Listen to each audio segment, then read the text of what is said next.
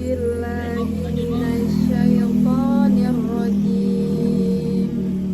Bismillahirrahmanirrahim.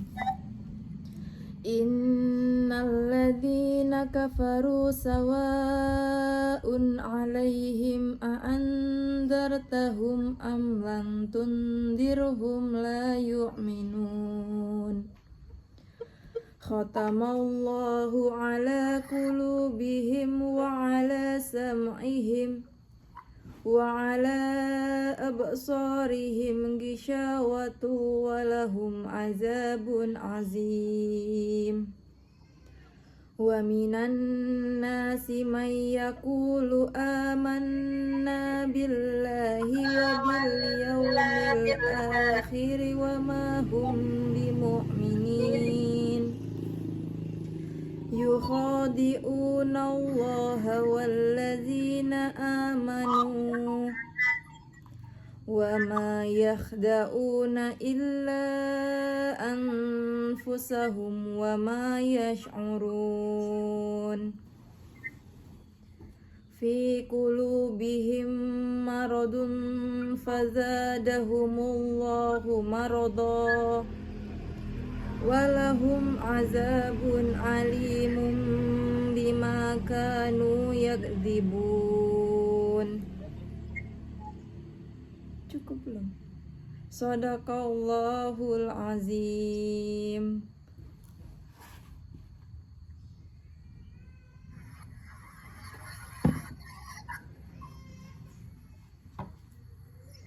Sudah, Pak? Mana?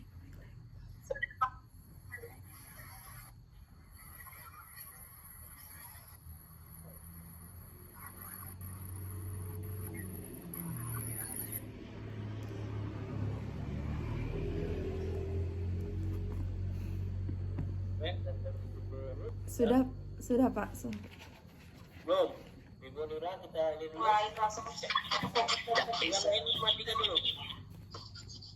Saya mau tanya dulu sedikit Ibu Nila. Iya Pak.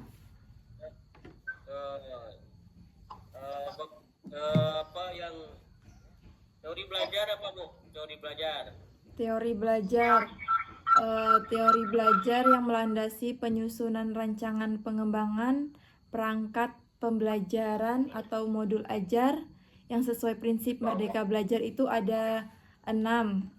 Yang pertama konstruktivisme, kedua pembelajaran berbasis masalah, yang ketiga itu ada teori belajar sosial, yang keempat itu ada pendekatan individualisme pembelajaran, yang kelima teori belajar kognitif, yang keenam itu ada teori motivasi. Nah, yang konstruktivisme itu ada menurut teori Jean Piaget, yaitu konstruktivisme menekankan bahwa pengetahuan dibangun melalui interaksi aktif melalui individu dengan lingkungan lainnya. Jadi ini siswa ini didorong untuk membangun pemahaman mereka melalui eksplorasi, eksperimen, dan refleksi. Yang kedua itu PBL atau pembelajaran berbasis learning. Jadi di pembelajaran ini siswa belajar untuk memecahkan suatu masalah. Biasanya guru memberikan masalah yang relevan dalam kehidupan sehari-hari. Jadi siswa diajarkan untuk bagaimana cara memecahkan permasalahan tersebut.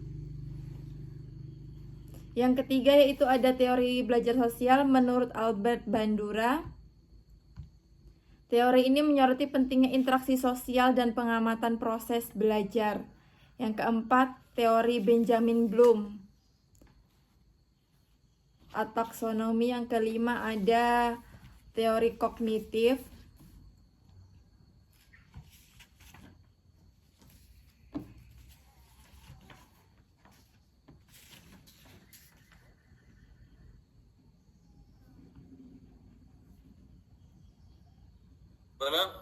Mana ibu ini tadi?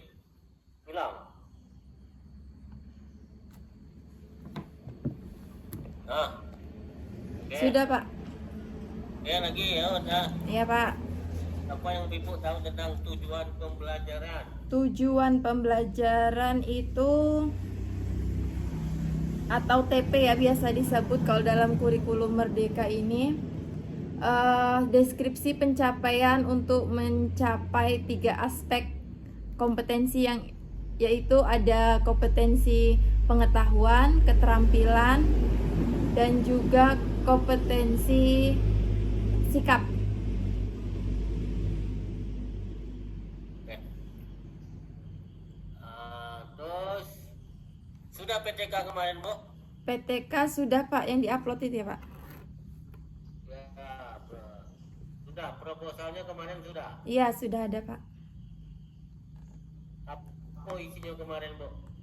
Kemarin saya mengambil judul PTK upaya meningkatkan prestasi belajar pendidikan agama Islam dengan penerapan model pembelajaran pakem pada siswa kelas 6 di sekolah saya itu SDIT Darul Ilmi.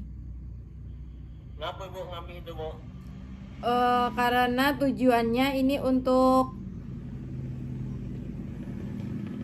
mengembangkan prestasi belajar siswa agar siswa ini lebih kreatif dan tidak monoton, bisa berpikir kritis. Meningkatkan ya, Bu? Ya, meningkatkan prestasi siswa-siswi di Meningkatkan ya. kelas 6. Nah, kalau meningkatkan itu kan 1, 2, 3 gitu kan, itu 80 di 85. Iya. Bagus. Oke.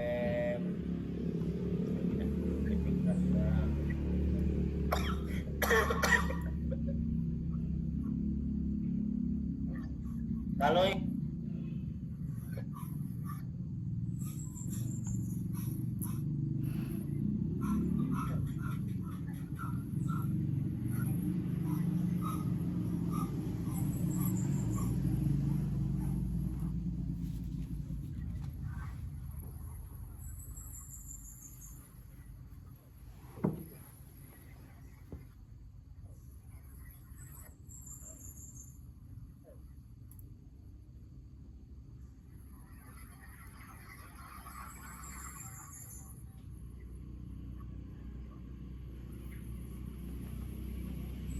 PPRA masih ingat, Bu?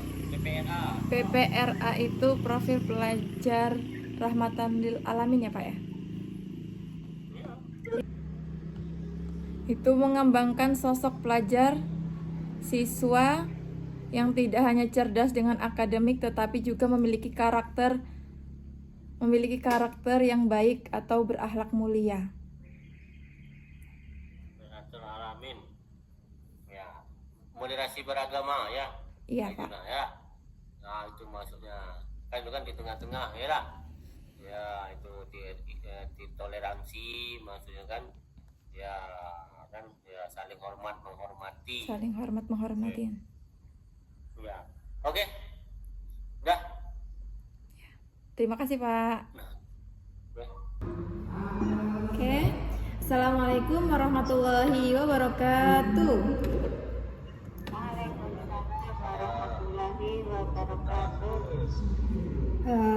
Hari ini kita bertemu lagi ya anak-anak semua. Sebelum memulai pembelajaran pada pagi hari ini, marilah kita berdoa terlebih dahulu kepada Ananda Ramdhani, mohon dipimpin doanya. Baiklah teman-teman semua, sebelum kita belajar sama Ibu Nina, sama-sama kita berdoa kepada Allah SWT. Berdoa dimulai. Bismillahirrahmanirrahim. Rabbi zidni ilma warzuqni fahma. Amin. Sudah selesai. Oke, kita mulai. Sebelum memulai, maaf, Ibu mau bertanya kabar soleh-solehah semua. Apa kabar soleh-solehah semua?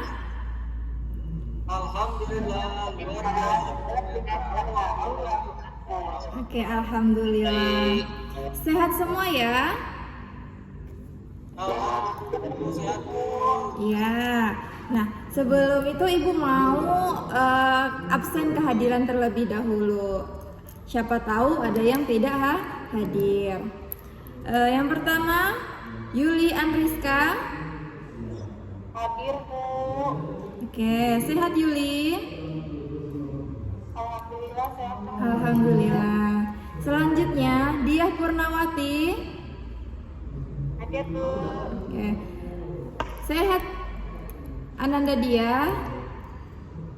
Sehat, Bu. Sehat. Sudah sarapan? Sudah, Bu. Sudah. Oke. Selanjutnya, Ananda Ramdhani. Hadir Bu. Ya, bagaimana kabarnya Ramdhani? Alhamdulillah luar biasa, Allah Akbar. Masya Allah, tabarakallah. Yang selanjutnya, Ananda Rizky Ramadhani. Hadir Bu. Oke. Hadir. Masih semangat Ananda Rizky? Semangat Bu. Semangat, harus Bu. semangat ya. Ya, harus semangat. Kita harus belajar dengan penuh semangat. Terakhir, Ananda Yoki Prayoko. Hadir Bu. Oke, bagaimana kabarnya Ananda Yoki? Alhamdulillah sehat. Alhamdulillah. Alhamdulillah sehat semua dan hadir semua pada pembelajaran hari ini. Sebelum memasuki materi, Ibu akan menjelaskan tujuan pembelajaran pada hari ini. Yang pertama, peserta didik terbiasa membaca Al-Quran dengan tartil. Dan yang kedua, peserta didik menunjukkan sikap berani dan percaya diri dalam membaca Al-Quran. Nah, materi pada hari ini yaitu Ayo Belajar Al-Quran.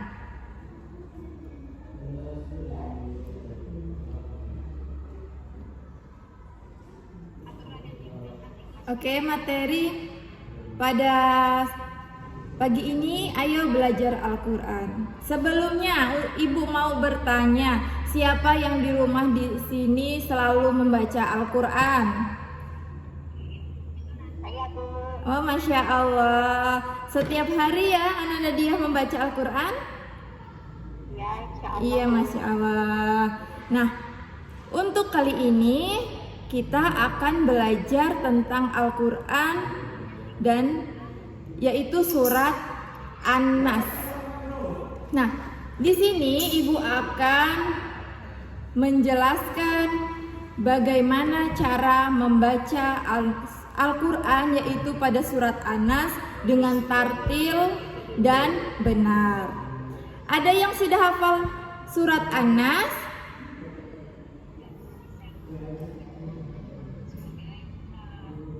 Ada yang sudah hafal? Oke, kalau belum hafal kita hafalkan sama-sama pada materi ini ya. Nah, ada yang tahu apa itu arti dari surat An-Nas? Yang tahu boleh angkat tangan.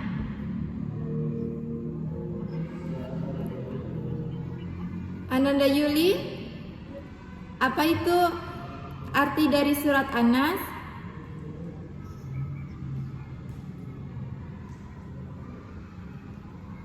Ya, gimana?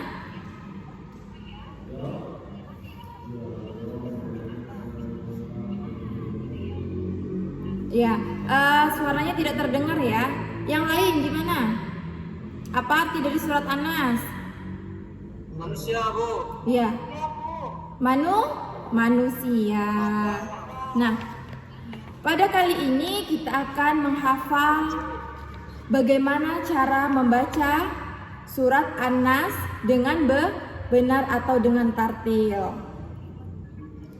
Oke, sebelum menghafal kita sama-sama membaca terlebih dahulu. Ikutin Ibu ya. Nanti Ibu membaca terlebih dahulu, baru soleh dan solehah mengikuti setelah Ibu. Bisa? Oke, siap ya. Kita awali dengan membaca ta'awuz. A'udzu billahi minasyaitonir rajim. Bismillahirrahmanirrahim.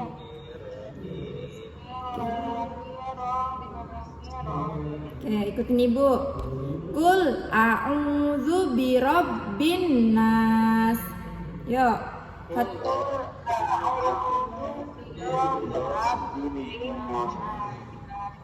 Malikin nas.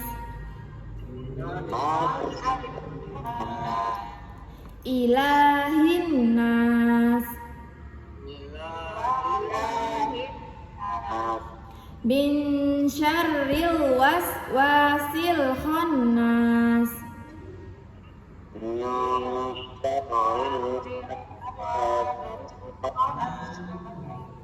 Alladzi yuwaswisu fi sudurin nas.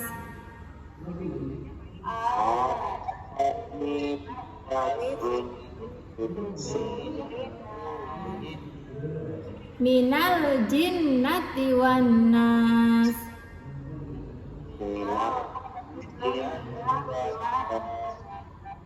Shadaqallahul azim.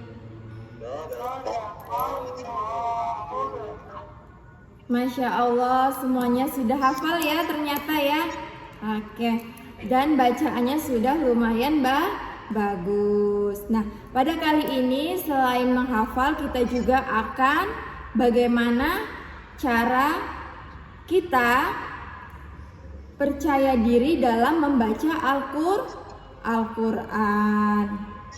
Nah, untuk kesempatan kali ini ada yang membawa Al-Quran atau juz amma di meja masing-masing? Ada? Ya, coba. Siapa Ibu? Anda dia ya? Oke.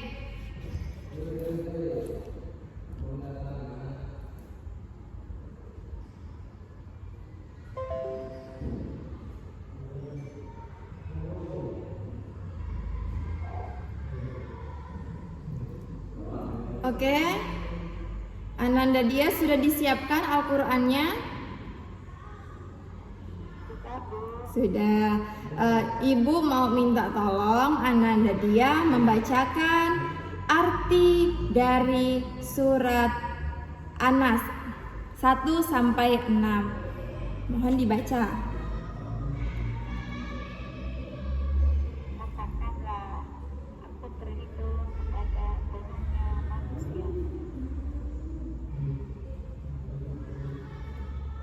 Rajanya manusia, Iya. sesembahan manusia, dari bisikan kejahatan setan yang tersembunyi, yang membisikkan kejahatan ke dalam hati manusia, dari golongan jin dan manusia.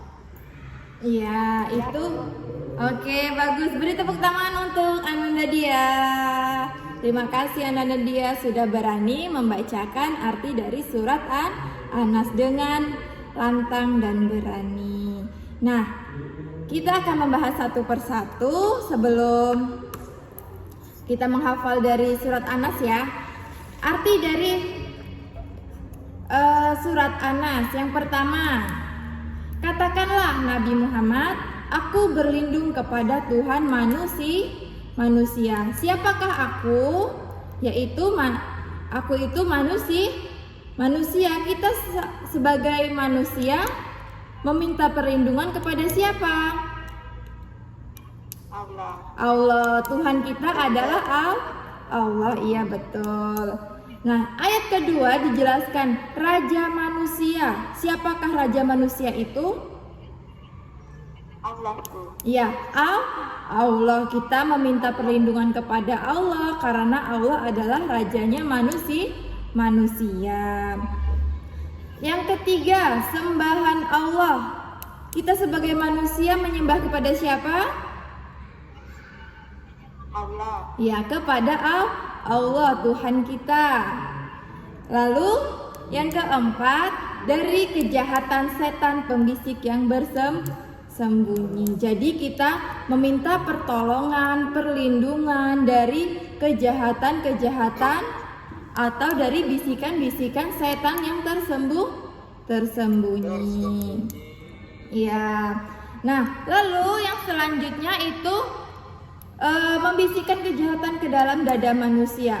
Terkadang kita dada manusia itu maksudnya hati ya. Ada segelintir atau terbesit dalam hati kita kejahatan. Ada yang pernah nggak? Maksudnya ya, kejahatan tuh bukan termasuk kekerasan gitu ya. Ngerasanin orang tuh juga termasuk kejahatan karena sudah berburuk sangka. Itu termasuk kejahatan dada manusia atau hati manusia. Itulah penyakit hati ya. Penyakit hati manusia tuh kadang ngomongin orang, ngerasanin orang dari jauh, itu termasuk penyakit hati. Dan di surat An-Nas ini kita sering-sering membaca agar kita dijauhkan dari hal-hal yang buruk, agar hati kita tetap tentram dengan hal-hal kebaikan. Oke, sebelum kita menghafal, ibu mau anak-anak ibu membuat kelompok ya. Kita bagi menjadi 2 bagian saja, 2 kelompok. Jadi 4 orang ya. Boleh silahkan ke kelompok masing-masing, dan setiap kelompok diwajibkan membawa ada Al-Quran ataupun juz amma. Oke, silahkan ke kelompok masing-masing dan dipersiapkan Al-Quran dan juz ammanya. Ya Bu, udah siap. Ya. Sudah siap? Sudah disediakan juz amma atau Al-Qur'annya? Sudah. Nah, sekarang tugasnya adalah saling menyimak antar sesama teman. Membacanya harus dengan tartil atau berlahan-lahan.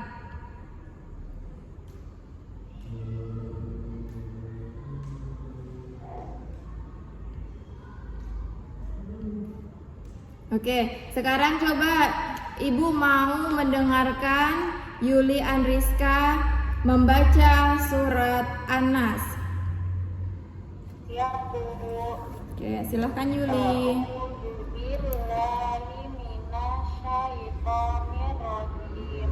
Bismillahirrahmanirrahim. Qul a'udzu birabbin nas, malikin nas, ilahin nas, min syarril waswasil khannas, allazi yuwaswisu fi sudurin nas, minal jinnati wan nas. Shadaqallahul azim. Oke, Masya Allah. Bagaimana Ibu Dia? Sudah menyimak Ibu Yuli membacanya?